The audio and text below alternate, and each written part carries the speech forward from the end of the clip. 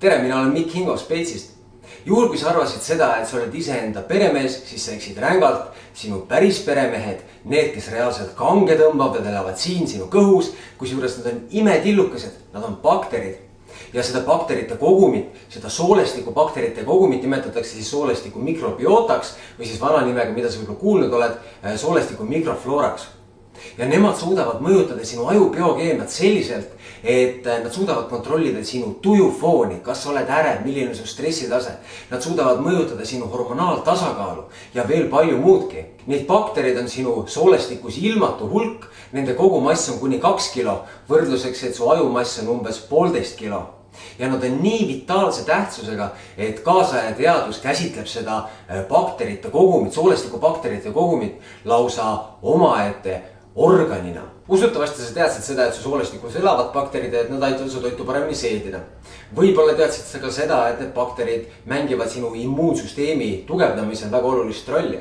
Aga suure tõenäoliselt ei teadnud sa seda, et see ülidelikaatne bakterite tasakaal sinu soolestikus suudab mõjutada sinu aju biokeemiat. Ehk et ta suudab kontrollida seda, milline on sinu õppimisvõime, milline on sinu stressi ja ärevuse tase ja ühtlasi ta suudab kontrollida ka sinu hormonaaltasakaalu, sinu mehelikku hormonaaltasakaalu. Niisiis, kui su soolestikus delikaatne bakterite tasakaal on rikutud, liiga palju on patogeenseid baktereid, mis põhjustavad haigust ja liiga vähe on kasulikke baktereid, mis meid kaitsevad, siis su tervis ei ole kaugeltki optimaalne, kuigi sa võid toituda enam-vähem tervislikult ja sa võid käia trennis. Mis seda peent tasakaalu meie soolestiku bakterite juures siis rikub?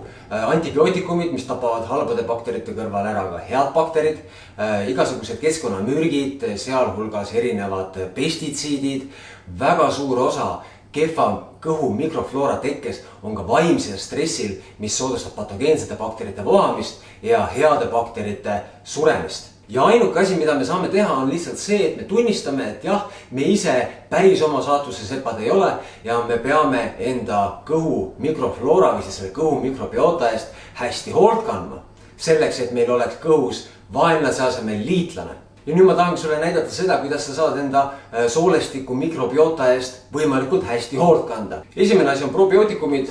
Mina teen aastas umbes 1 kuuri ja probiootikumid siis põhimõtteliselt on head ja kasulikud bakterid kapslis. Nii et sa repopuleerid enda soolestiku mikrofloora kasulike bakteritega. Kui sa endale probiootikumi valid, siis vaata seda, et nende bakterite hulk siin sees oleks võimalikult kõrge.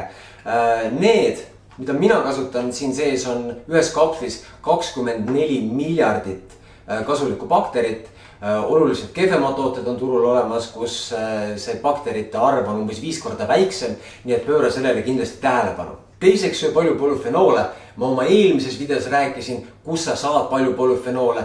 King of Speitsis on samuti palju polüfenoole sees ja näiteks eriti resveratrool, mis on siis üks polüfenooli tüüp, mida King of Speitsis palju ka on väga selgelt kliinilistes uuringutest näidanud seda, et nad toetavad kasulike bakterite, lactobacilluse ja bifidobakteri arengut ja tapavad patogeenseid baktereid. Ühtlasi näitavad uuringud seda, et mida tervem on su soolestiku mikrobiota, seda parem omastatavus nendel polüfenoolidel on.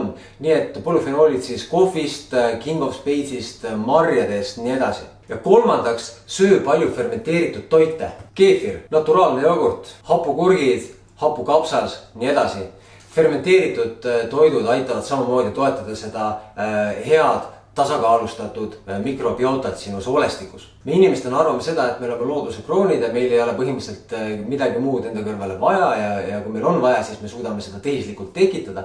No tegelikult see ei ole niimoodi, mida rohkem teadus edasi areneb, seda rohkem me mõistame seda, kuivõrd sõltuv kõik üksteisest on ja kuivõrd sõltuvad meie inimestena oleme meid ümbritsevast ja siis selle video kontekstis, kui palju tegelikult mõjutab meie soolestiku mikrobiota seda, kuidas me ennast tunneme. Nagu ma ütlesin, siis võta need sammud tarvitusele selleks, et su soolestikus elaks siis sinu liitlane, mitte su vaenlane. Ma ei tea, kuidas sinuga on, aga kõike seda rääkides mul tekkis kohutav keefiri isu.